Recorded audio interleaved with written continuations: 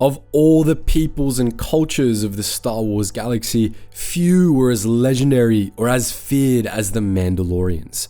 But much of their reputation stemmed from the Mandalorians' role in wars millennia past, and by the time of the Empire, the Mandalorians were a shadow of what they'd once been, a dying culture that had little real power in the grand scheme of things.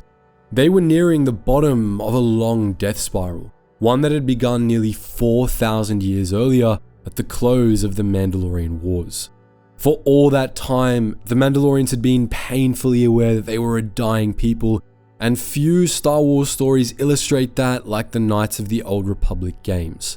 Set during the early years of the Mandalorians' slow death, the KOTOR games provide a detailed look at not just how Mandalorian culture began to die, but also why it began to die, and how the Mandalorians themselves dealt with it.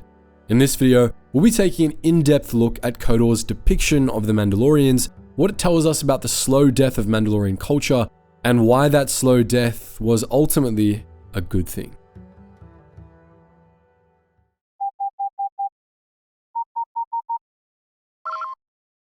Attention, Sergeant on deck!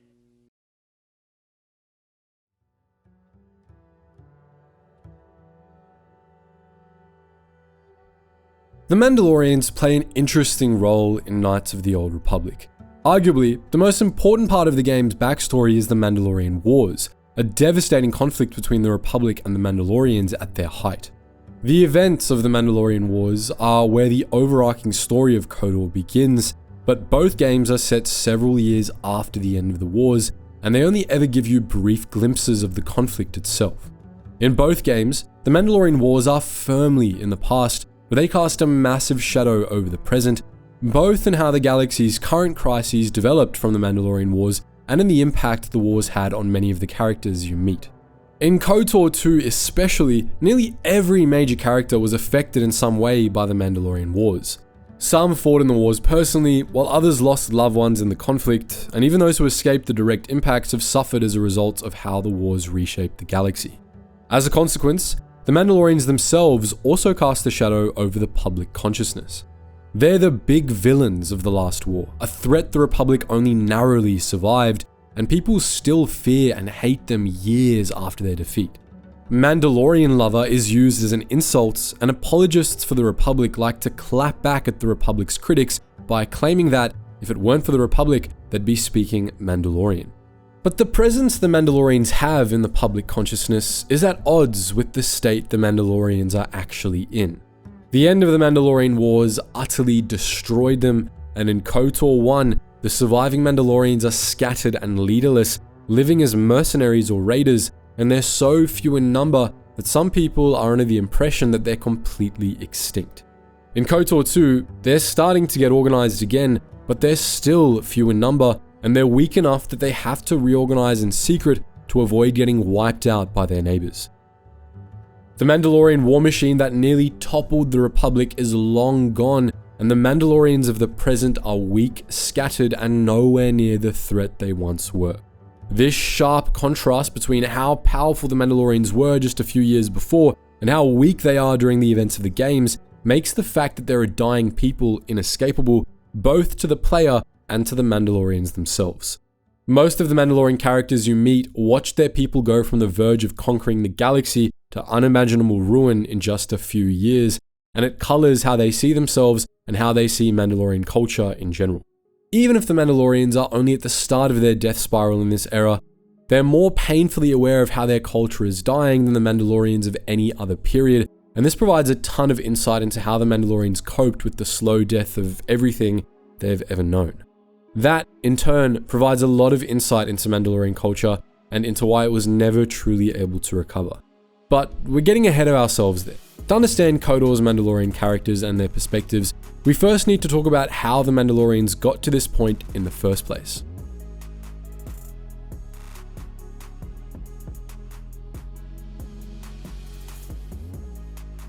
Once, the Mandalorian Crusaders were one of the greatest dangers the Outer Rim had to offer, a band of nomadic warriors defined by their warrior culture, honor codes, and clan-based society. With their combat skills, their Beskar armor, and the technology they appropriated from the enemies they defeated, they conquered or exterminated countless peoples. They even launched raids into Republic space, and in 3996 BBY, this culminated in the Mandalorians forging an alliance with the Sith, joining them against the Republic in the Great Sith War. But the Sith and Mandalorians lost the Great Sith War, and the Mandalorians were defeated in a battle over the planet Onderon and driven back to Dxun, one of Onderon's moons, in disarray. Their leader, Mandalore the Indomitable, was mauled by Dxun's jungle beasts, and the Crusaders were scattered. But one of the surviving Mandalorians found Mandalore's body and laid claim to his mask, and according to Mandalorian tradition, this made him the new Mandalore, Mandalore the Ultimate. This new Mandalore rallied his people and instituted reforms to their way of life, and over the course of the next 20 years, the Mandalorians not only rebuilt, but grew stronger. Under Mandalore's reforms, these Neo-Crusaders now recruited anyone who was willing to adhere to the Mandalorian honor codes and fight for Mandalore, and they now gave the people they conquered a choice between slavery and becoming Mandalorian themselves, allowing their ranks to swell with every world they took. They did away with the old Crusaders' nomadic lifestyle in favor of establishing a more centralized and industrialized empire, and they built an efficient network of slave-staffed warforgers that expanded to every world they conquered, churning out new armor, weapons, and ships. 20 years after the end of the Great Sith War, the Mandalorians began expanding again, establishing a vast militarized empire in the depths of the Outer Rim, and a decade after that, they turned their attention to the Republic itself. The Great Sith War had given the Mandalorians the dream of a war with the Republic, which they believed would be the greatest battle of their history, an all-out fight for control of the galaxy itself. All their empire building had been for the sake of raising an army that could challenge the Republic, and when Mandalore believed his forces were ready, they struck. The Mandalorians invaded Republic space along 3 invasion corridors, catching the Republic military completely off guard. In battle after battle, the Mandalorians annihilated the Republic defenders, and they advanced ever deeper into Republic space. As they did, they committed countless atrocities, depopulating entire planets and exterminating species. Before long, Mandalorian fleets breached the borders of the core worlds, and the Republic, now desperate, requested aid from the Jedi Order. But the Jedi Council refused to join the fight. They believed there was another threat waiting behind the Mandalorians, something darker that was using the invaders as bait, and they wanted time to analyze the threat before taking action. But some of the Jedi refused to wait. Led by 2 Jedi Knights named Revan and Malak, they joined the Republic war effort, and over the course of 2 bloody years, they drove the Mandalorians from Republic space. Finally, in 3960 BBY, what remained of the Mandalorian and Republic fleets met in battle above Malachor V, and the Republic was victorious. Mandalore was slain by Revan, and the Mandalorians offered their unconditional surrender. The Mandalorian wars were over, and the Mandalorians would never be the same. The Mandalorians weren't prepared for how utterly they were defeated, nor for how Revan ensured they would stay that way. At Malachor V, Republic forces unleashed a weapon called the Mass Shadow Generator, which exploited gravitational anomalies in the Malachor system to destroy the entire Mandalorian fleet. It was an atrocity greater than any the Mandalorians unleashed upon the Republic, and it killed untold thousands of Mandalorians. Few of them survived, and Revan took steps to ensure that those survivors could never threaten the Republic again. The best of us could not defeat him. After that last battle, those of us that survived were stripped of our weapons, our armor, and our basilisks. The Republic's forces destroyed them while we were forced to watch. Those who hadn't fled earlier were left with nothing to call their own. No weapons, no armor, only the honor of having fought in the battle we just lost. Revan didn't just forcibly disarm the surviving Mandalorians either, he also took Mandalore's mask and hid it, preventing the Mandalorians from choosing a new leader. As a consequence, the Mandalorians fell apart after Malachor V. The clans scattered, and many wasted what strength they had left in petty wars for dominance. Revan stripped the Mandalorians of their unity as well as their weapons and armor, leaving those few who remained with nothing but their honor and the code of Mandalore. The Battle of Malachor V was an apocalypse for the Mandalorians, and one the Mandalorians spent years reeling from. As the galaxy moved on from the Mandalorian Wars, as Revan and his followers became a new generation of Sith and began the Jedi Civil War, the Mandalorians remained in disarray. Revan hadn't only beaten them, he had broken them. In KOTOR 2, while reflecting on the Mandalorian Wars, Kreia claims that a culture's teachings, and most importantly the nature of its people, achieve definition in conflict. They found themselves lacking. She says this about the Republic, but it applies to the Mandalorians as well, especially given that the Mandalorians themselves believed that war was the greatest test for both culture and individual, a challenge that their whole way of life revolved around. According to their own beliefs, the Mandalorians were found lacking in the Mandalorian Wars, and many of them struggled to deal with that. Revan had beaten the Mandalorians at the height of their power on their own terms, and he'd left them weaker than they'd ever been before. He stripped them of many key aspects of their culture, taking their armor and weapons, and while many Mandalorians would eventually get new armor, some of these losses were permanent. The Basilisk war droids, a unique and fearsome class of war machine that the Mandalorians had used as mounts in battle, were almost all scrapped, permanently destroying what had once been a key part of Mandalorian culture. For many Mandalorians, it was disillusioning. Many of the survivors abandoned the Mandalorian ways, while others held on to some aspects of Mandalorian culture but separated from their clans, becoming raiders or mercenaries.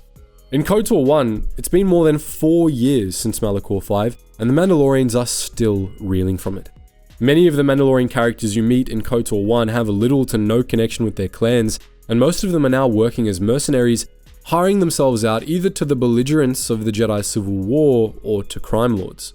Many of these Mandalorians don't even wear armor, having been stripped of it by Revan's followers at Malachor. Some remain true to the way of the Mandalorians, while others now care more about the credits they make from mercenary work than they do about honor.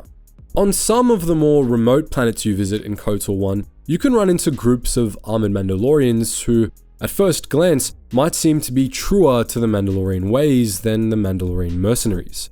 But as you can learn from your Mandalorian party member, Canderous Ordo, this isn't the case. The only Mandalorians who still have armor at this time are the ones who deserted before the Battle of Malachor 5, and they're considered honorless by other Mandalorians as a result. These small bands of armored Mandalorians are nothing more than raiders preying on easy targets on frontier worlds to make a living. One group on Dantooine spends its time harassing the local farmers, extorting them and killing those that refuse their demands. Another, operating in the Shadowlands of Kashyyyk, uses stealth field generators to ambush targets, waiting until they put their weapons away to strike. They're hardly paragons of Mandalorian honor, and Canderous seems embarrassed to be associated with them, going out of his way to call them bandits and vermin whenever the topic comes up.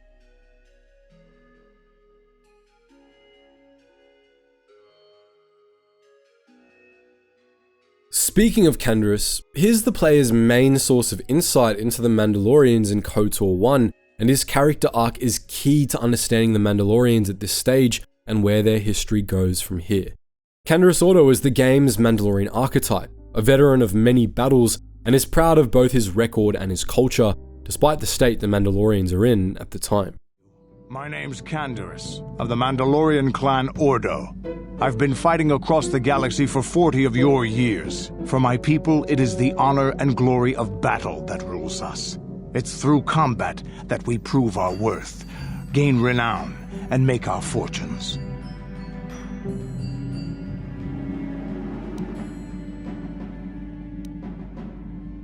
Times have changed now. The Mandalore clans have been scattered across the Outer Rim. When you meet him, Canderous is a Mandalorian mercenary, albeit one who still adheres tightly to the Mandalorian ways, despite having been stripped of his armor at Malachor 5. The player character, the amnesiac Revan, first encounters him on Sith-occupied Taris at the start of the game, where Canderous is working as an enforcer for the local crime lord, Davik Kang. Here's the player's introduction to the Mandalorians, apart from what they've heard about the Mandalorian Wars up to this point, and the game goes out of its way to make him intimidating. Canderous' mere presence is enough to make just about anyone agree to do whatever Davik wants of them, as not even thugs of the Black Vulca swoop gang want to pick a fight with a Mandalorian. Even if the Mandalorians as a whole are scattered and weak at this time, Canderous proves that a Mandalorian warrior is still a force to be reckoned with, and the galaxy still knows it.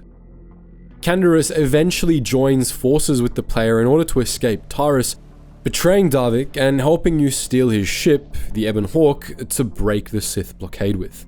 He remains in your party for the rest of the game, joining the player on their quest to stop Darth Malak and the Sith. Despite his opposition to the Sith, however, Canderous is one of only 2 members of your party in KOTOR 1 with a dark side Force alignment, and he makes it clear why pretty often. He often praises cruel or self-serving acts and criticizes charitable ones, regularly claiming that the sole purpose of the weak is to serve the strong. But Canderous isn't nearly as two-dimensionally evil as most of KOTOR 1's dark side characters, even if it's clear that he's far from a good guy. He still has a strong sense of honor, and he hates dark side actions he considers treacherous or cowardly. He isn't utterly self-serving and still has some sense of commitment to others. He's not amoral, he just adheres to a different sense of morality, one shaped by Mandalorian culture. Canderous's beliefs and the complexity of his character become more clear if the player takes the time to talk with him over the course of the game.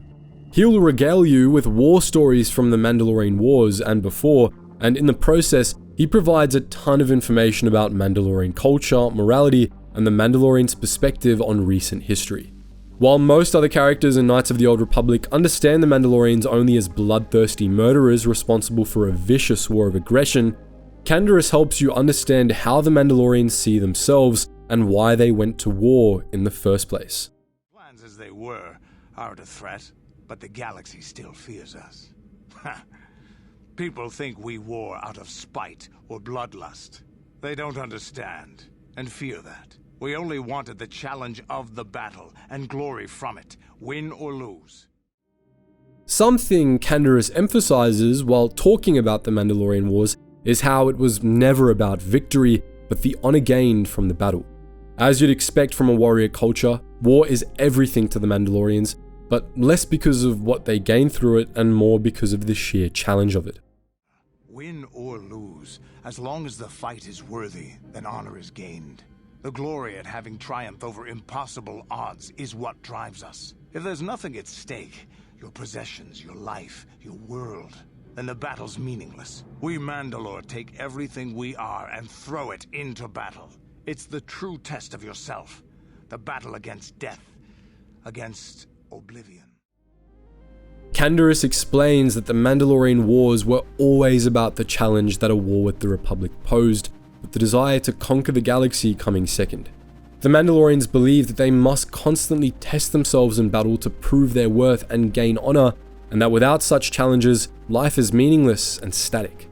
They believe that the strong naturally come to rule over the weak, and that strength can only be proven through conflict.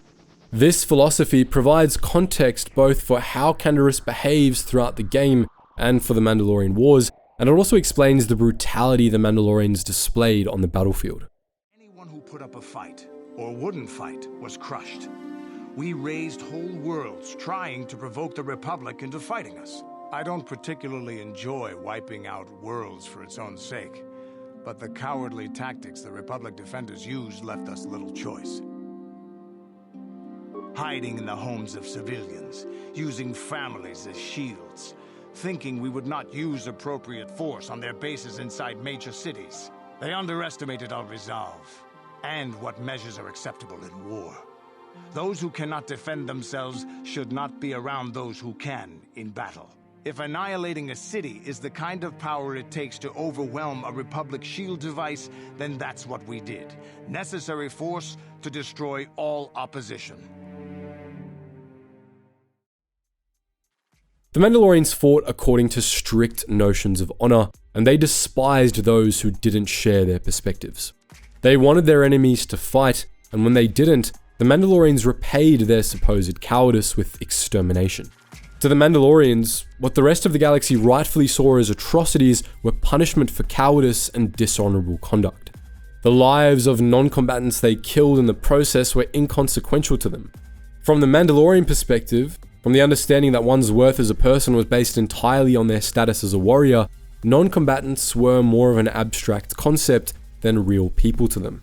The Mandalorians had nothing but contempt for those who didn't want to fight them, as Canderous demonstrates. It's wrong to hide with shields surrounding you, hoping the enemy will be so good as to throw themselves at your feet to be slaughtered. I have no time or patience for cowards. They deserve to be hunted down and exterminated like vermin. In a way, the Mandalorians view war in a very abstract sense. They don't see the cost in lives or the devastation, only the honor and glory they ascribe to it. This even extends to the Battle of Malachor V, the battle that condemned the entire Mandalorian culture to a slow extinction. When Canderous talks to the player about his people's apocalypse, he not only doesn't have the slightest bit of resentment about the battle that destroyed his people, but is downright nostalgic about it. Of his plans. He fought us to a standstill, and then began pushing back. We really didn't have a chance. It was what we had wanted all along, in a way. We wanted to fight the best, in a battle that would be remembered for centuries. And we did. And Revan won. I don't hold a grudge against Revan, and neither do any of my people. It was the greatest moment of my life to be in that battle. Canderous' respect for Revan proves convenient when it's revealed that the player character has been Revan all along, of course. Rather than being appalled that he's been working with the former Dark Lord of the Sith, the Butcher of Malachor V, Canderous is honored to have the opportunity to fight alongside who he considers the greatest warrior in history. Obviously, there are a great many moral and practical issues with the sort of philosophy Canderous describes, but it still adds depth to the Mandalorians as a culture, and it certainly makes them more nuanced than the Sith. As we said earlier, the Mandalorians aren't amoral, they just adhere to a starkly different understanding of morality.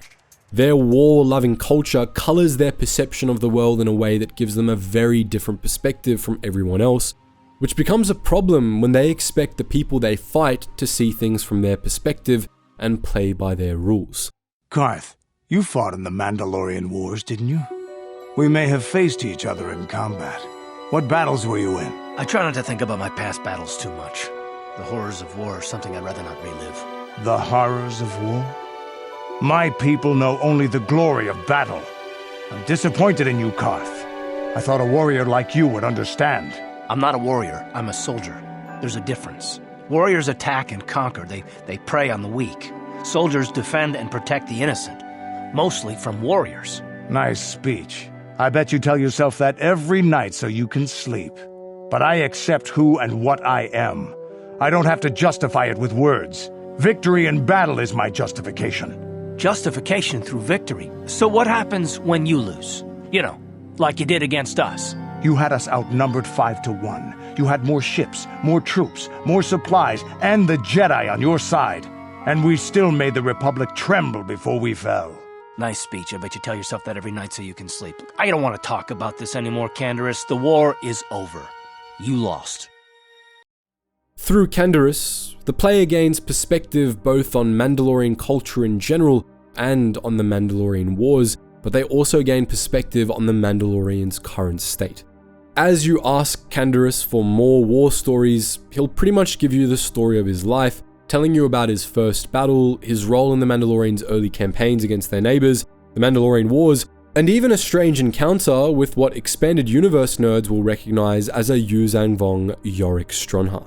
While your other party members are often hesitant to talk about their past, Canderous is almost eager to tell you more, and he's clearly nostalgic about the battles he describes, from Altair 3 to Malachor 5. The exhilaration, the euphoria I felt as I streaked into the atmosphere, dodging self-guided projectiles and beam weapons, was unmatched. An 80-kilometer plunge through the atmosphere, dodging and weaving, the outside of my armor glowing like the sun with the heat of re-entry. And with barely 30 meters to spare, I twisted and skimmed the surface, firing at the giant beam generators that were in my path. The explosion from that sent shock waves that leveled the entire complex around it. It was the moment of my life. It's clear from the way he tells his stories that Canderous considers those times to have been his glory days, and that he misses that chapter of his life. Now and again, he'll mournfully note that times have changed now. The Mandalorians aren't what they once were, and neither is he. He longs for how things used to be, when Mandalorians could spend their lives proving themselves on the battlefield, until an unexpected encounter causes his perspective to shift.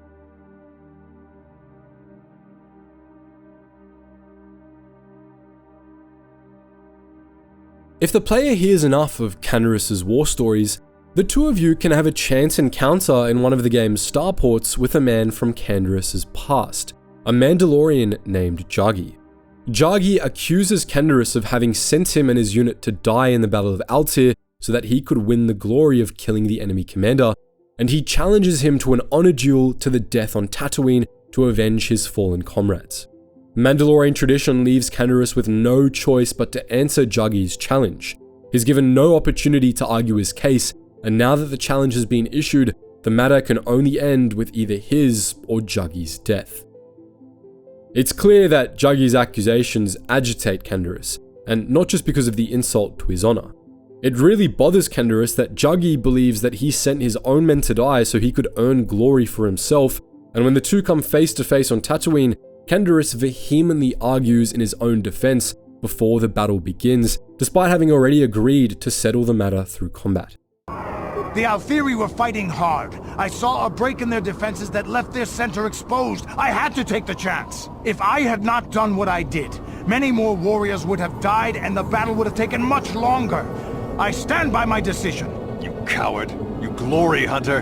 You were given direct orders and were part of a plan. You had a responsibility to us. I can regret their loss, but it was necessary. If the player character has a very high persuade skill, they can convince Jagi that Canderous is right. He made the correct tactical move and did as Mandalore taught a warrior in his position should do. But even if Jagi realizes that he was wrong, he had already made the challenge, and according to Mandalorian tradition, that means he or Canderous had to die. Jagi kills himself to cleanse himself of the dishonor of having falsely accused Canderous, and neither the player nor Canderous can do anything to stop him. Regardless of whether Jagi kills himself or whether the encounter ends with Canderous killing him, the whole business affects Canderous deeply in ways he didn't expect. It makes him reflect more critically on the way of the Mandalorians and on his life, and it eventually leads him to the belief that the way of the Mandalorians isn't enough for him anymore. I'm not happy with the way my life has turned. I'm not the Mandalore I once was. I don't even think I'm the merc I was when I joined you. I think I need something more than killing and fighting in my life. I need a purpose or something like that. More importantly, it leads Canderous to confront the fact that Mandalorian culture is dying, and that, in part, it's dying because of its own shortcomings. Maybe more, maybe less. I don't think there is really any place left in the galaxy for the Mandalorian clans like they were. I don't know if I can go on forever fighting as I have. Even warriors get insightful in their old age. The time of the clans is past. I don't think the galaxy wants them anymore. Maybe in the future, but not now. After this conversation, when the player arrives at the Starforge at the end of the game, Canderous walks back what he says here a little. He decides that he's not ready to give up fighting just yet, and he pledges to follow Revan on whatever path he takes, believing that every battle Revan fights will bring him honor. But his perspective on the Mandalorian way of life has still shifted, and that proves important given where his path leads him after KOTOR 1.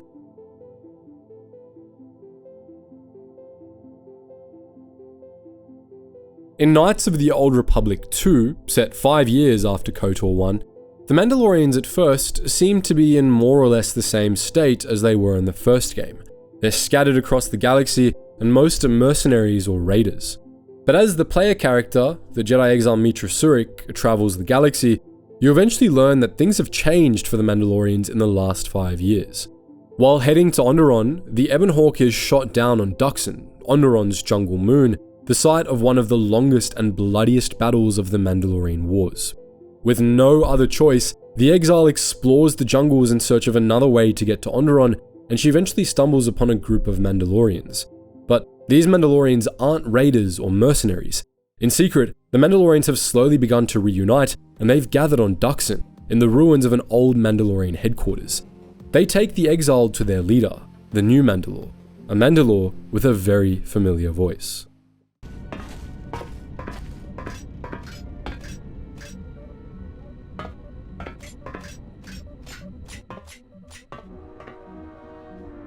So you're the intruder. Our sensors picked up your handiwork in space. I am Mandalore, leader of the Mandalorians.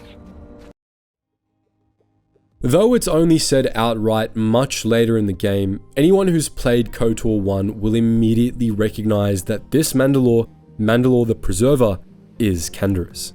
He's spent the years since the last game working to rebuild the might of the Mandalorians, and what he's built on Dxun seems like a promising start. The fortress the Mandalorians are using as their base is still a ruin, but their long-suffering technician, Zuka, is steadily working on getting it fully operational. The Mandalorians are few in number. They're actually only one clan, Clan Ordo, but they're united, organized, and disciplined, and they're training plenty of new recruits. Their warriors are as tough as ever, and the unity and discipline that the Mandalorians lost at Malachor have been restored to them largely through Mandalore's leadership. Unlike many of the raiders and mercenaries seen in KOTOR 1, the Mandalorians in KOTOR 2 actually adhere to the Mandalorian ways, and they're both honorable and formidable in battle, able to wipe out a force of Sith assassins that attacks their camp.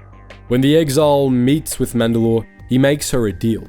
He'll give her passage to Onderon, but at first, she has to prove her worth by helping out the Mandalorians a little. She needs to gain honor in the eyes of the Mandalorians, and the ways the player can go about this vary. You can prove your strength as a warrior by slaying jungle beasts, killing a party of Onderonian scouts, or defeating Mandalorians in the camp's battle circle, or you can do things like help out with repairs, rescue a lost Mandalorian recruit, or track down a piece of equipment that got lost in the jungle. As you earn honor, the Mandalorians eventually come to respect you as one of their own, for the most part, and the player is able to learn more about them. In KOTOR 2, the player is shown a more varied set of Mandalorian perspectives than you get in KOTOR 1. While Mandalore and the higher-ranking Mandalorians respect the exile and bear no grudges for her participation in the Battle of Malachor 5, for example, some of the younger warriors give her the cold shoulder, and it's clear that respecting those strong enough to defeat you is one of the hardest lessons for the Mandalorians to learn. Some Mandalorians easily come to trust you as a fellow warrior and seek to learn from you, while others are suspicious toward outsiders no matter how much they prove themselves. Some Mandalorians are condescending toward the Jedi, believing that their beliefs make them weak, while others, especially veterans of the Mandalorian Wars, respect the Jedi as worthy foes. But perhaps the most important difference between the Mandalorians in KOTOR 2 and those in KOTOR 1 is that the Mandalorians on Dxun have far more hope for the future. One and all, they believe that Mandalore will unite the clans, that the Mandalorians will be a force to be reckoned with again, and that someday they'll fight in a new Grand Crusade.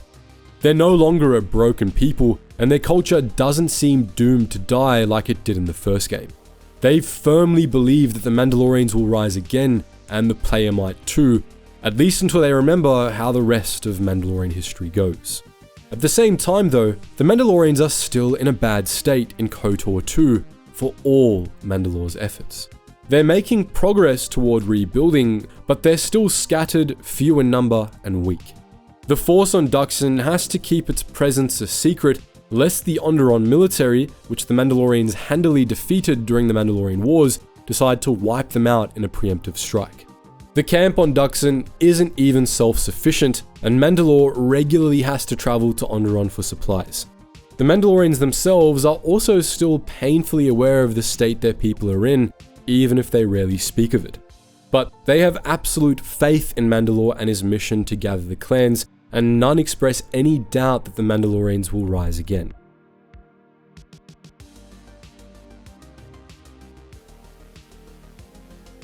After you finish your business on Dxun, Mandalore will take you to Onderon, and after that, he'll decide to join your party, as he's been intending to leave Dxun to recruit other Mandalorian clans anyway. As he accompanies the player in their travels, you again have the opportunity to learn about the Mandalorians through his personal dialogue, especially through how Mandalore has changed since the events of KOTOR 1. The Mandalore you travel with in KOTOR 2 is different from how Canderous was in KOTOR 1. He's older and wiser, and he carries himself with greater pride. While Canderous considers you his boss in the first game, in the second, he makes clear that he's your ally, not your servant, and he demands a level of respect befitting the leader of the Mandalorians. While he still looks down on charitable acts and respects psychotic dark-side actions, he isn't as aggressively dark-sided as he was in the first game, and his force alignment starts off neutral this time round. He's still ruthless, but he's less bloodthirsty and more pragmatic. The ways he's changed reflects the shifts in the Mandalorians as a whole. He is Mandalore after all, and the others follow his example. The most important of these shifts is the Mandalorians' perspective on the Sith. Up to this point in their history, the Mandalorians were often allied with the Sith. They served Exar Kun and Ulic Qel-Droma in the Great Sith War, and as Mandalore mentions at a few points, it was the Sith that had encouraged the Mandalorians to start the Mandalorian Wars in the first place. The Mandalorians weren't allied with the Sith in the Jedi Civil War, of course, given that those Sith were founded and led by Revan and Malak, and at least one Mandalorian mercenary you bump into in KOTOR 1 claims to hate the Sith and the Republic equally for the destruction of his people. But in KOTOR 2, Mandalore and his followers are strongly opposed to the Sith, to the point that Mandalore actively supports a light side exile's mission to rebuild the Jedi Order. The Sith must be stopped. If they destroy the Jedi, the Republic will fall and my people will be eradicated or enslaved. In KOTOR 1, Canderous fought the Sith mostly just because they were who Revan was fighting, but by KOTOR 2, he's developed more complex opinions on the conflict. He now sees the Sith as an existential threat to everyone around them, and he believes that stopping them needs to be the Mandalorians' first priority, because if the Sith take over the galaxy, the Mandalorians will be wiped out. The urgency of this threat has driven Mandalore to see the Republic, and especially the Jedi Order, as the enemy of his enemy. He understands that the Jedi are necessary to keep the Sith in check, and to that end, he's ready to do everything he can to help what were once the Mandalorians' greatest enemies in order to stop the Sith. He even says to the exile that, once the Sith are dealt with and the Mandalorians are restored to glory, he would be willing to forge a lasting alliance with the Jedi, as he doesn't believe the Mandalorians' next great crusade has to be fought against the Republic. This is a big shift for the Mandalorians, and it's one that Mandalore's followers seem to have largely accepted, despite the resentment some of them still hold toward the Jedi. It's a realignment that could see the Mandalorians become a force for good in the galaxy, and also seems to have come out of nowhere.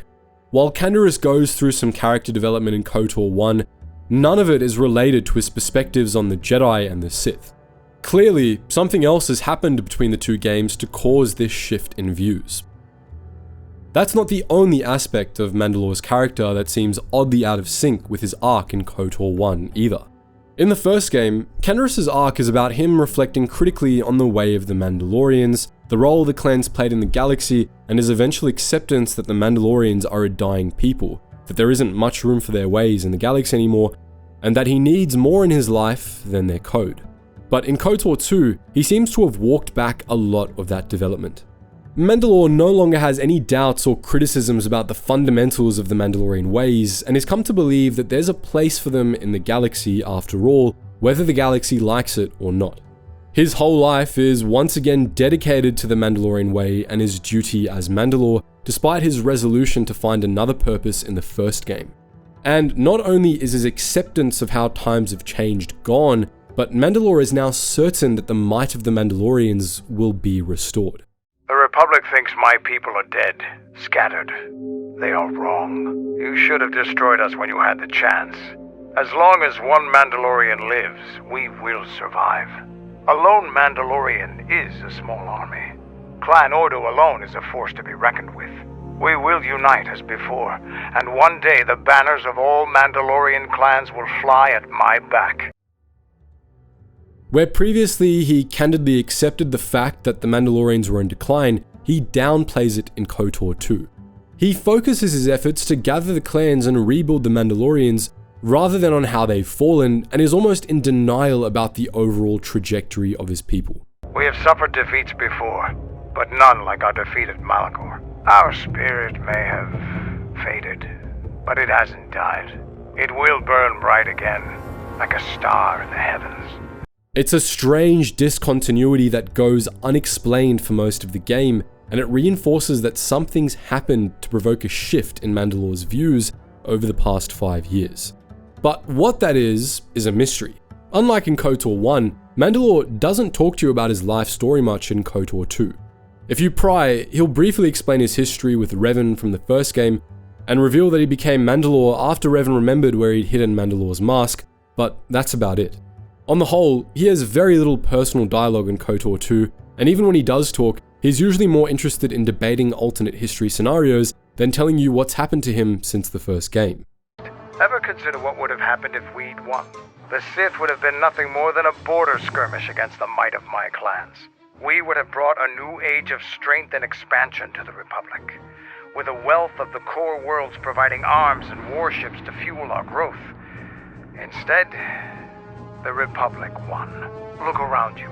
Look at what your precious victory has brought you. I ask you this, is the galaxy better off for the Republic's victory? What criticisms or qualms Canderous might have developed with the Mandalorian ways in the first game are long gone. Mandalore's a firm Mandalorian apologist throughout KOTOR 2, to the irritation of many of your other party members, some of whom fought in the Mandalorian Wars and still have an issue with the Mandalorians.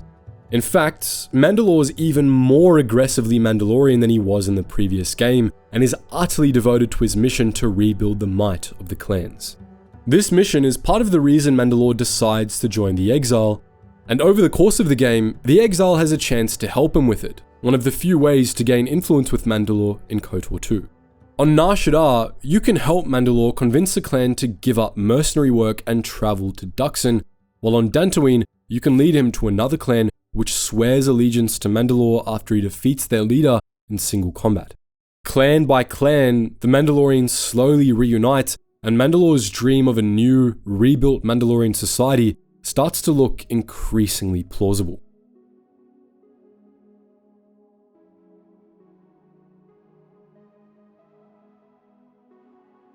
As the player works with the Mandalorians on Dxun, travels with Mandalore and helps to gather the clans, it can start to look like Mandalore might be right, and that the glory days of the Mandalorians aren't over just yet. But other characters in your party will point out that, for all Mandalore's efforts, the Mandalorians are still a dying culture, and that they're a long way off from recovering from Malachor 5. HK47 predicts that Mandalorians will never recover from Malachor, and in a conversation with Mandalore on Dxun, Kreia supports this claim with a description of what she can see of the Mandalorians' future. Perhaps there will be no New Age Mandalore, no great Mandalorian crusade.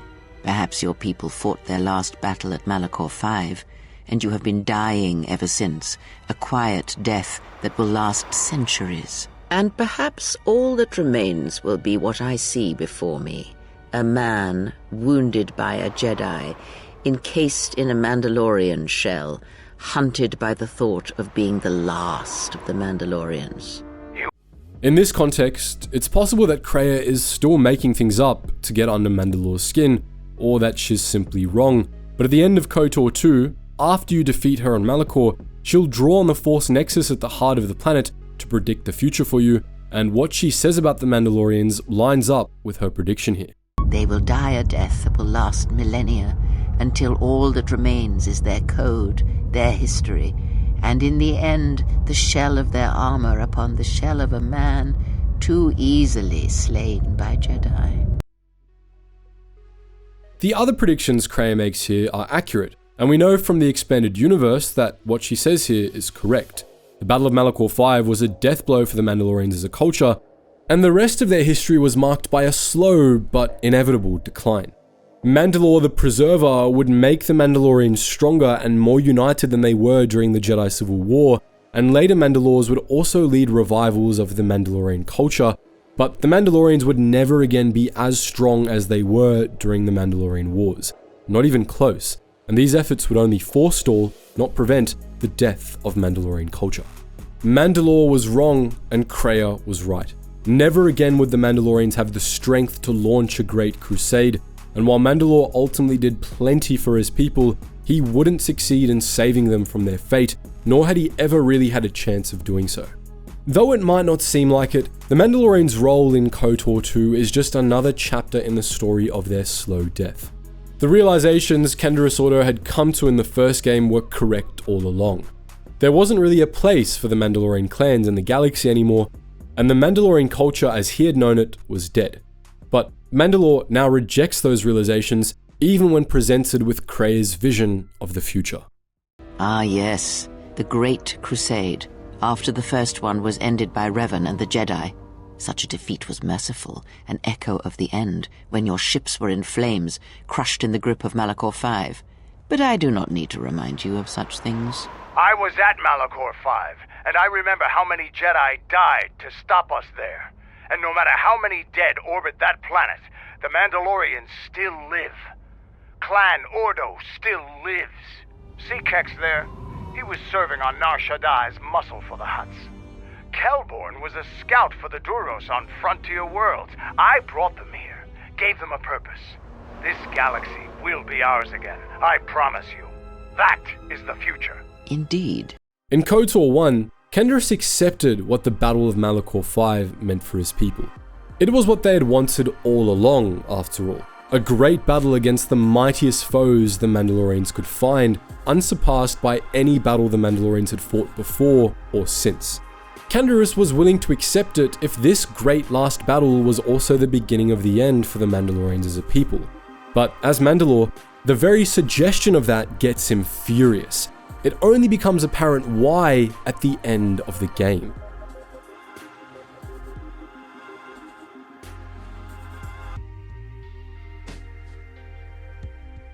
If the player helps Mandalore gather the clans and maxes out their influence with him, he'll finally open up a little bit about his history, and he'll tell you what happened between him and Revan after the events of the first game.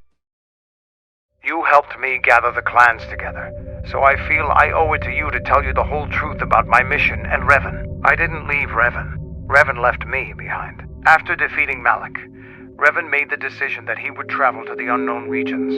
He was searching for something. I wanted to go with him. I respected him. Knew he could use me where he was going, but Revan refused, saying that he must travel alone. Revan insisted that he go alone. I had too much respect for him to pry too deeply. Before he departed, he left me with a simple mission. He told me where I could find the Mandalore's helmet, and that I must take it and reassemble the clans. When I asked him why, he told me nothing. Only that I should wait for him to return and be ready for it. But I knew he had good reason, so I accepted his mission. Mandalore wasn't just rebuilding the strength of the Mandalorians because it was his duty as Mandalore. He was on a mission for Revan, assembling an army to stand against the threat Revan had gone off to the unknown regions to fight. A threat Kreia establishes later on to have been the true Sith, a remnant of the original Sith Empire, which had been biding its time on the edge of the galaxy for centuries, waiting for the Republic to be weak enough that it could strike. Toward the end of the game, Mandalore explains more to Visas Ma, another member of your party. You sound like Revan at the end. Do you know what he told me in those last days on the Outer Rim? That the Mandalorian Wars were our doom, and that we had been deceived, that it had never been our decision to wage war on the Republic. Revan said the Mandalorians didn't invade the Republic space 10 years ago because it was our choice. We were tricked. Our entire people sacrificed as pawns, and never knew it. He said there was a war coming, that it was waiting out in the unknown regions, in the dark, waiting for us to destroy each other. A war? This war? No, not this one. Another one. More terrible. Against an evil we couldn't begin to comprehend. A war of belief that had been fought for thousands of years. Revan went off to fight it. And left you here. Revan had revealed to Canderous that the true Sith had manipulated the Mandalorians into attacking the Republic to weaken them both, so that the galaxy would be unable to resist when the Sith finally made their bid for supremacy. Malachor 5 hadn't been the Mandalorians' choice after all. It was something they were manipulated into as part of another power's bid for galactic supremacy. All throughout the Mandalorian Wars, the Mandalorians had been unknowing pawns of the true Sith, softening up the Republic, and when they had served their purpose, the Sith discarded them. This revelation is the reason for the discrepancy between where Canderous ends up in KOTOR 1 and how he acts in KOTOR 2. If Malachor 5 had been the Mandalorians' choice, Canderous could accept it being their last great battle. He could accept the death of his people if it had been a death they chose. The fulfillment of their desire to face the strongest enemies they could find in battle. But the revelation that the Mandalorians had been manipulated into it by the Sith changes things, and the idea that the Mandalorians were gonna die because they'd been unknowing Sith pawns is something he just can't accept. This is why he's so insistent that the Mandalorians will rise again, that there will be another Great Crusade, because he's unable to bear the thought of the alternative. This also explains why Mandalore is so strongly opposed to the Sith. The Sith robbed the Mandalorians of their agency, used them and tricked them into self-destruction. Worse, they made the Mandalorians part of what the Mandalorian teachings would consider a cowardly, dishonorable ploy to weaken the Republic by proxy. Mandalore wants to make sure that his people will never be used like that by the Sith again, and he no doubt wants revenge on the Sith as well. He dislikes both the Republic and the Jedi, seeing the Jedi way as a weak philosophy and the Republic as a failed government, but he seeks to make amends with them, even floating the idea of an alliance to ensure that the Mandalorians stay out of the Sith camp well into the future. In the end, what bothers Mandalore isn't the idea that Mandalorian culture will die. Death is part of any warrior's life, and the Mandalorians accept it. But what Mandalore wants is for the Mandalorians to be able to go out on their own terms. If the Mandalorians are to die, Mandalore wants it to be in a battle they chose, and he wants them to die as warriors, not as pawns of the Sith or as scattered mercenaries. With Revan's help and encouragement, and with the Mask of Mandalore, he's doing his best to give the Mandalorians a second chance and to restore some of the agency they lost under Sith domination. He never admits it, but if the tone of despair he takes in his conversation with Visas is any indication, Mandalore knows full well that his people are still dying. He understands that Kreia is probably right, that the Mandalorians lost too much at Malachor to ever fully recover from it.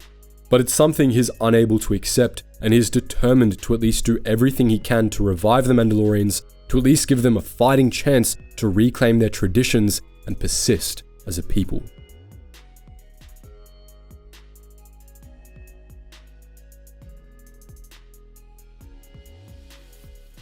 There's another part of KOTOR 2's story that contributes to the game's message about the death of the Mandalorians, though the connection can be hard to see at first.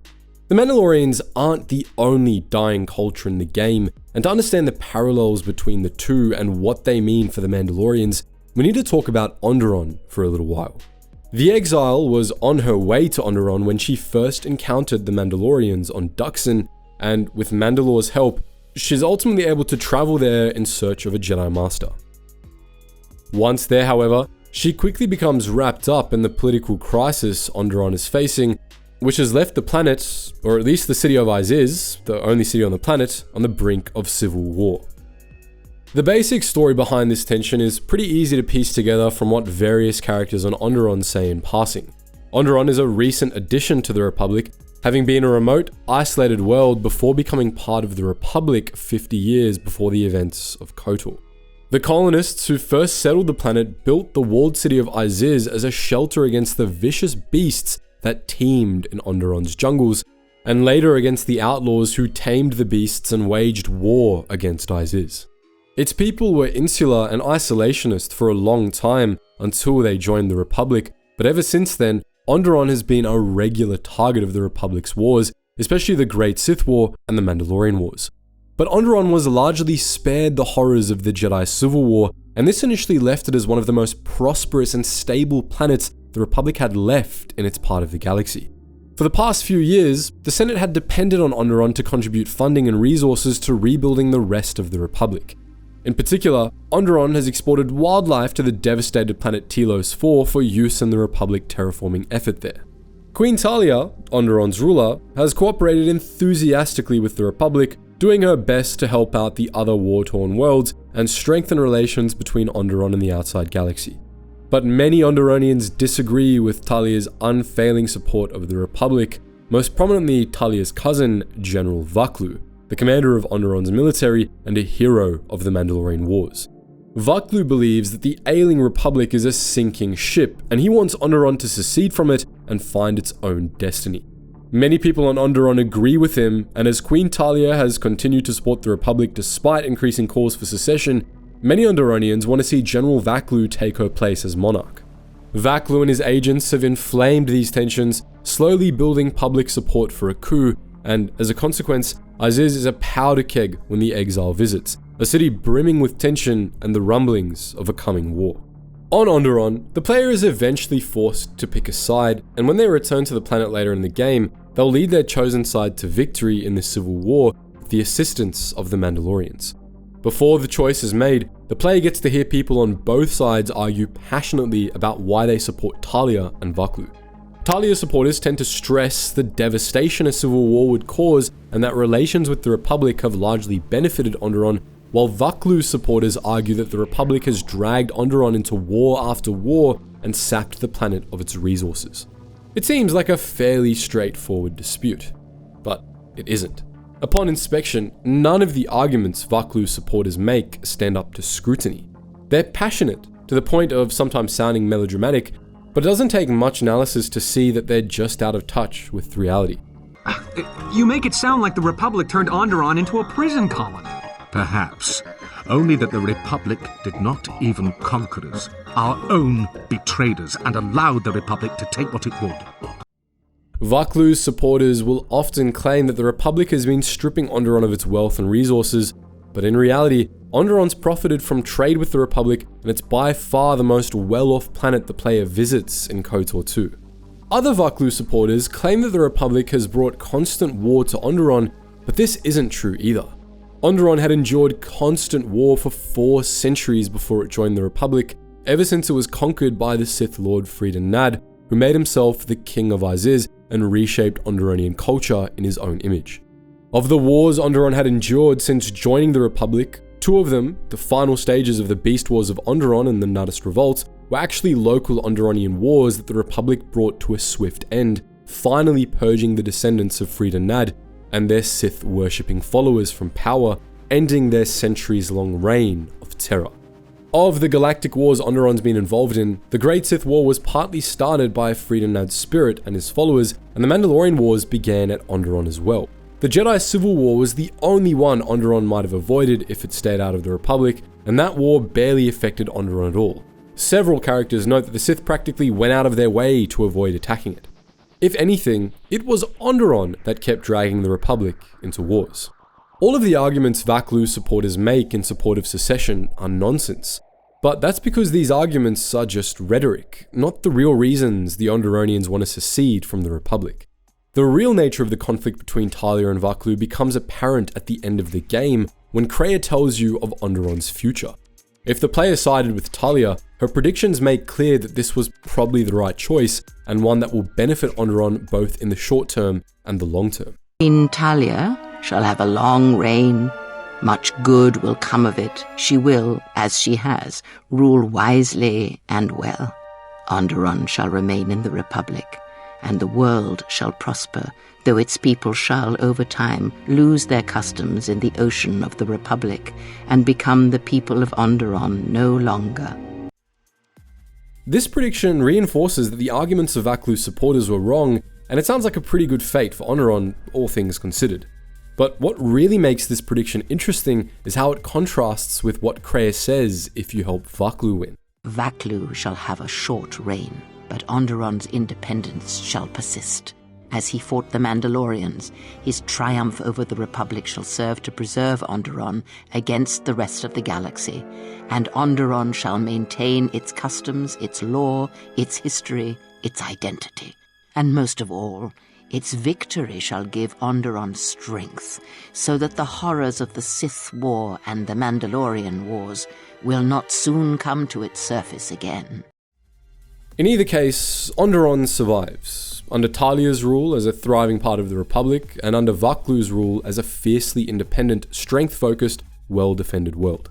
Vaklu's short reign suggests that Onderon would be in turmoil for much longer under his rule, but the biggest difference between the two possible futures is something that neither side actually talks about outright: the fate of Onderon's culture.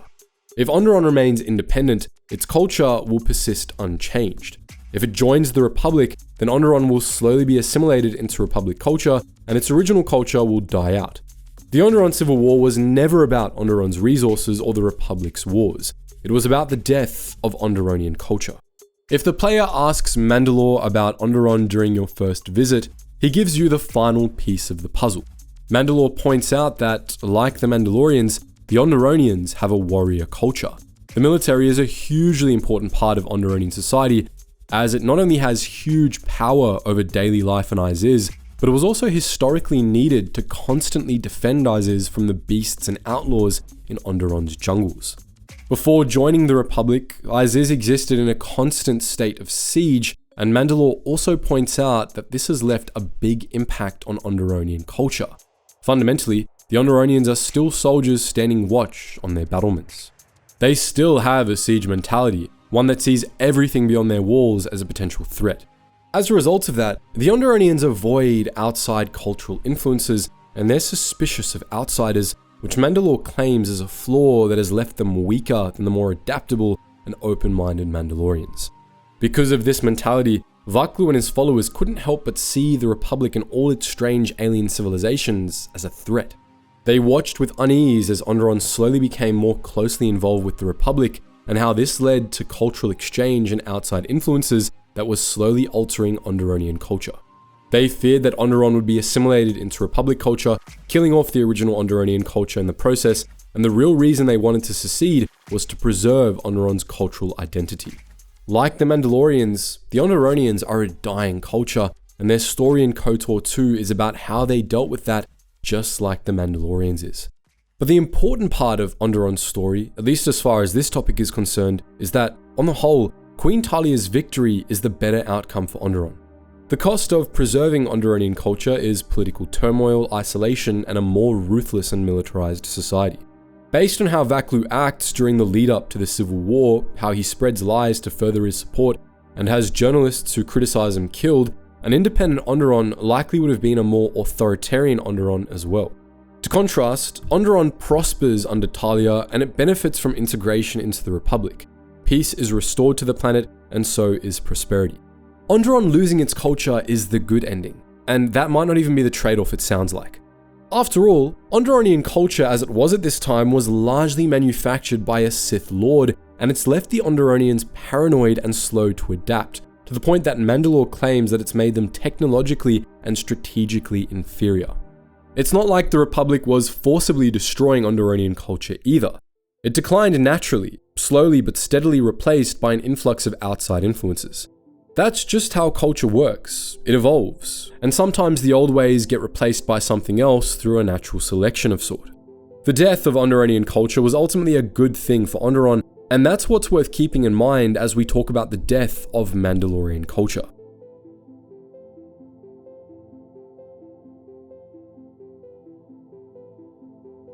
After all, as cool as the Mandalorians are, it's impossible to avoid the fact that their culture has serious fundamental problems. While some stories that focus on Mandalorians have a tendency to whitewash them, Knights of the Old Republic makes it clear that there are severe problems with their society, even as it gets the player to understand their perspective and sympathize with them to an extent. Not every element of the Mandalorian way is problematic, of course, and the Mandalorians aren't nearly as far gone as, for example, the Sith are. On Dxun, KOTOR 2 presents many positive aspects of Mandalorian culture.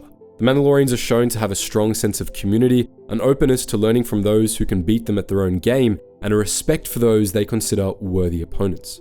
The Exile was responsible for the near extinction of their people, but if anything, they respect her more for that. These Mandalorians still seek challenges through combat, but they aren't bloodthirsty, and on Dxun, they have a mostly healthy emphasis on personal growth rather than on slaughter for its own sake.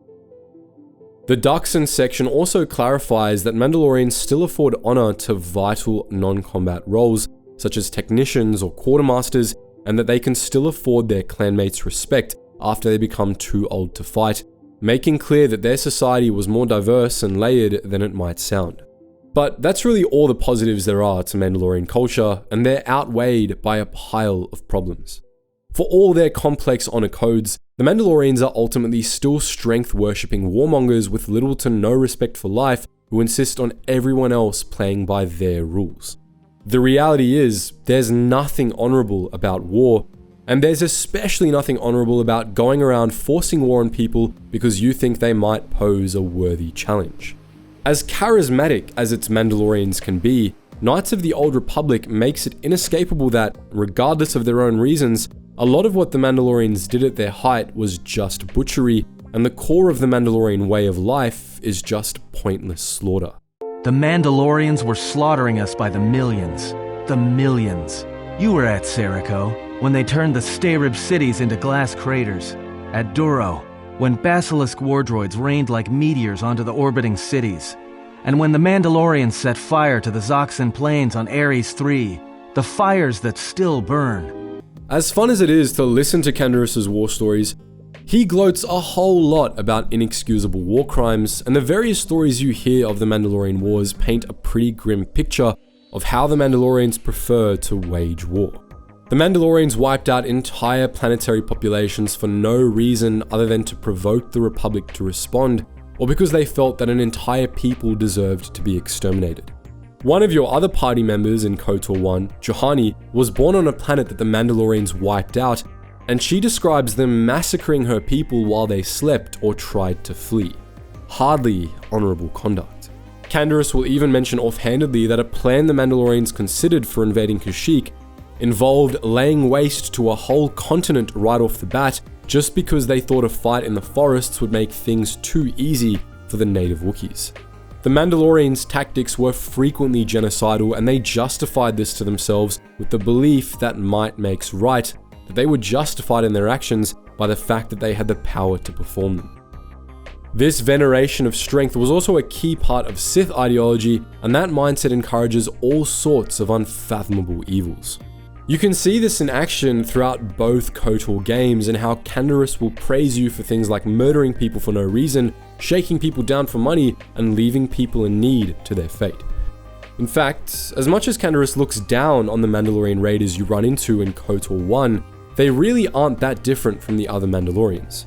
They're just following the logic of might makes right to its conclusion, and a lot of what Canderous considers pathetic about them is little different from what the Mandalorians did during the wars. It's just on a smaller scale. There's little difference between the raiders on Dantooine making a living by stealing from random farmers and the Mandalorian armies looting the worlds they conquered. Hell, conquest itself is just another kind of petty theft. In the same way, there's little difference between the Mandalorian hunters on Kashyyyk only attacking unarmed targets and the Mandalorian armies slaughtering Cathar in their sleep. It's just that applying that methodology to a smaller, more personal scale, one where the perpetrators can't hide the nature of their actions behind imperial power and the glory of battle, makes it obvious how pathetic and dishonorable it is. The Mandalorians' emphasis on strength, particularly martial strength, also has negative effects for the Mandalorians themselves. There's way more to life than fighting, and functioning societies need more than warriors. The Mandalorian honor codes find ways to afford honor to support personnel to account for this, but even this isn't a perfect solution. The quartermaster of the Mandalorians on Dxun, Kex, is ashamed of his position despite how important it is, because it means that he rarely gets a chance to be part of the fighting. The Mandalorians neglect other aspects of life, and this is a weakness for them. Above all though, the Mandalorians' veneration of strength and love of war has left them largely desensitized to the real costs of combat. They only see the honor, not the far more important human cost, and despite their willingness to learn from other cultures, they often seem unable to understand that not everyone plays by their rules. Mandalorian culture has made the Mandalorians callous, to the point where they sometimes sound like caricatures of themselves. Those Mandalorian raiders have been milking the outlying farms dry, too. I hear John got hit really bad.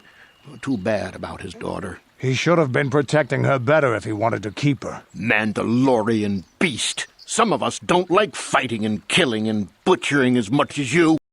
Canderous, in particular, underscores this. A lot of the time, especially when he's interacting with characters other than the player, Canderous' Mandalorian worldview can make him sound downright detached from reality, oblivious to the realities of war, and the fact that non-Mandalorians don't share his understanding of honor.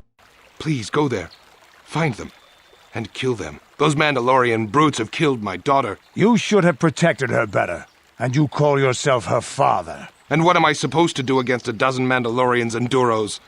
Nothing. The all-important Mandalorian concept of honor isn't just detached from reality either. It's also often self-destructive. Jagi's challenge in KOTOR 1 is an excellent example of this. Their notion of honor drives Jagi and Canderous into a fight to the death, preventing Jagi from confronting Canderous like a rational adult and keeping Canderous from just walking away. Even if the player convinces Jagi that he was wrong, settling the dispute, the Mandalorian honor codes push Jagi to kill himself. It's a pointless and utterly meaningless death, one that the Mandalorians are worse off for.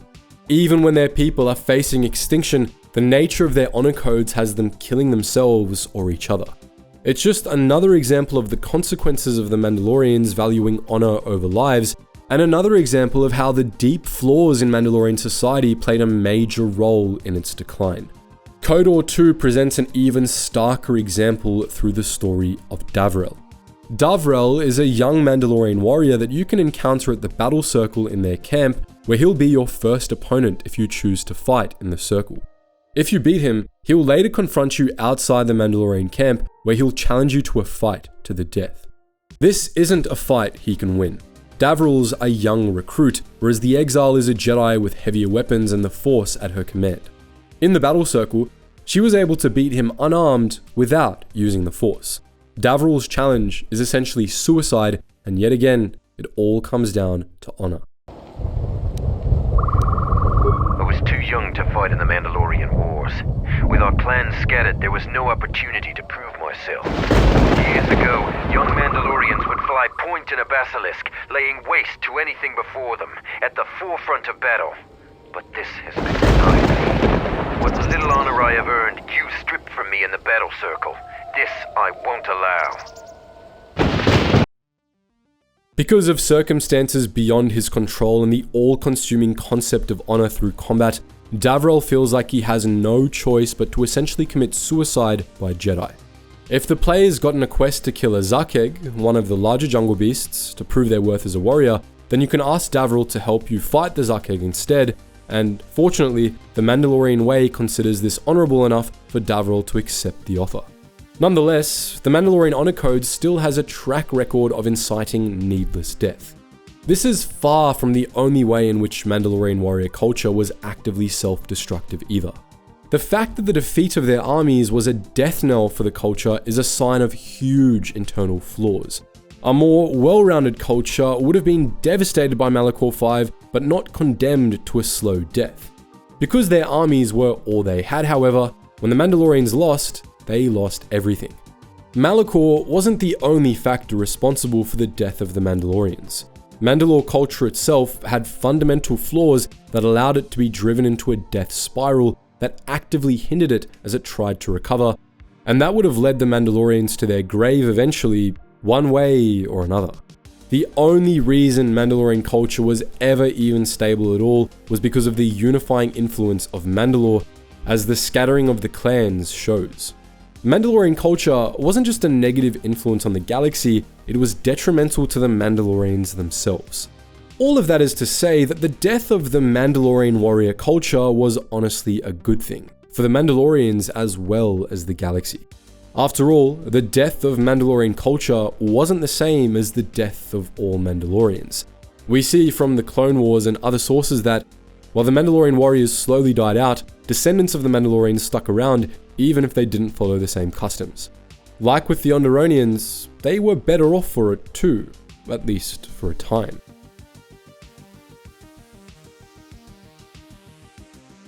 But there's more to the death of the Mandalorian way than that, because even as they died, the Mandalorians made an impact on the galaxy, and their contributions far outlived the Mandalorian way itself. This ties back to something else Kreia said in that conversation with Mandalore on Dxun. If there is a Mandalorian crusade, let it be for something that will carry your people's memory into the future. So when the time comes when there are no more Mandalorians, then at least their honor will remain. The last line of the Jedi Code claims that there's no death, there is the Force. Or, in other words, because those that die become part of the Force, they don't truly die, as they live on as part of a greater whole. The same sentiment applies to cultures as well as people. All cultures eventually die. What matters is what they contribute to the greater whole before they do. And KOTOR 2 shows that, in spite of the flaws with the Mandalorian way, they do ultimately make positive contributions in the galaxy, and that not only allows their legacy to live on, but it also allows their legacy to be something other than the glass craters of Sirocco, the poisoned wastes of Duro, or the graveyard of Malachor 5. Mandalore himself might not have fully understood this. In his heart, he knew that his people were dying, and he did an admirable job living with that, finding meaning in the Mandalorian way anyway, and doing his damnedest to lead his people to a different fate.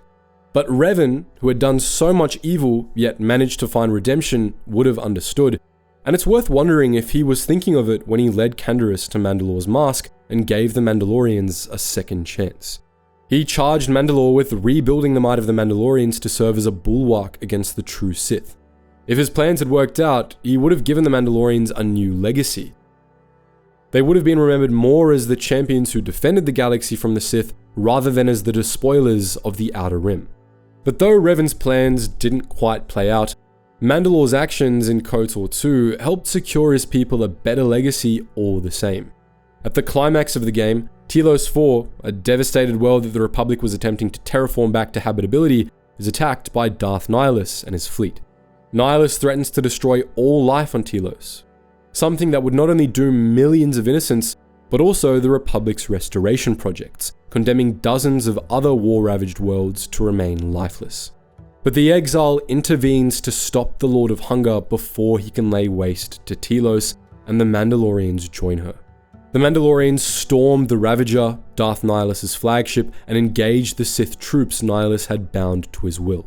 Despite suffering heavy casualties, they press on, planting proton bombs across the ship to destroy it.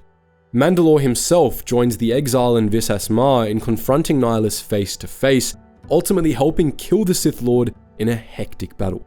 Without the Mandalorians, the Battle of Telos wouldn't have been won. The planet would have died, and many others would have been condemned to stay dead in the process. The Battle of Telos was the first time in Mandalorian history that the Mandalorians went to war for a worthwhile purpose, and it was a turning point for their legacy. Thanks to Mandalore the Preserver, the Mandalorians took on a new role as enemies of the Sith, and even as they slowly died out over the ensuing millennia, their reputation shifted from that of bloodthirsty conquerors to that of an honorable, if still violent, people. Thanks to him, the Mandalorians made valuable contributions to the greater galaxy, saving lives and helping to stop the Sith, and they lived on forever through his legacy.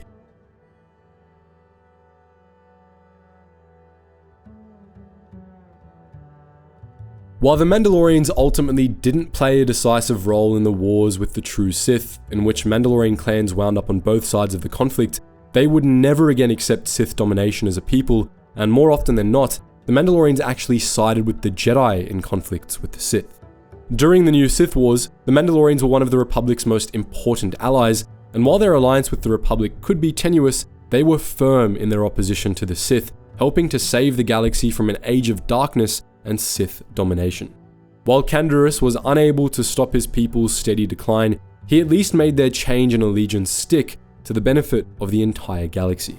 The Mandalorian Wars would ultimately prove to be the Mandalorians' last crusade, but they still fought in wars, mainly as allies or mercenaries for other powers, maintaining their traditions in a more constructive manner than their ancestors had. In the process, their ancient culture slowly began to die until Mandalorian warriors were few in number and most of their people had moved on to a new way of life. As the Mandalorians slowly faded from history, they left behind a mixed legacy.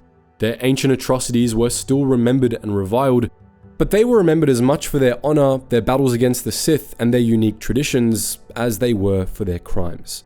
The devastation the Mandalorians suffered at Malachor 5 was terrible, and the slow death that followed was painful for the Mandalorians that remained, but in the end, it took the losses at Malachor and the threat of extinction for the Mandalorians to develop into a people that made positive contributions to the galaxy, pushing them to ensure that they would at least be remembered.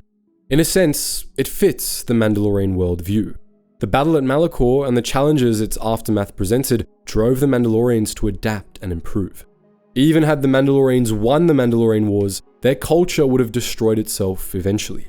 The Mandalorians' drive to seek out ever greater challenges would have eventually driven them to bite off more than they could chew and then fight to the death. Malachor 5 was inevitable, one way or another, and what really mattered is how the Mandalorians dealt with the aftermath.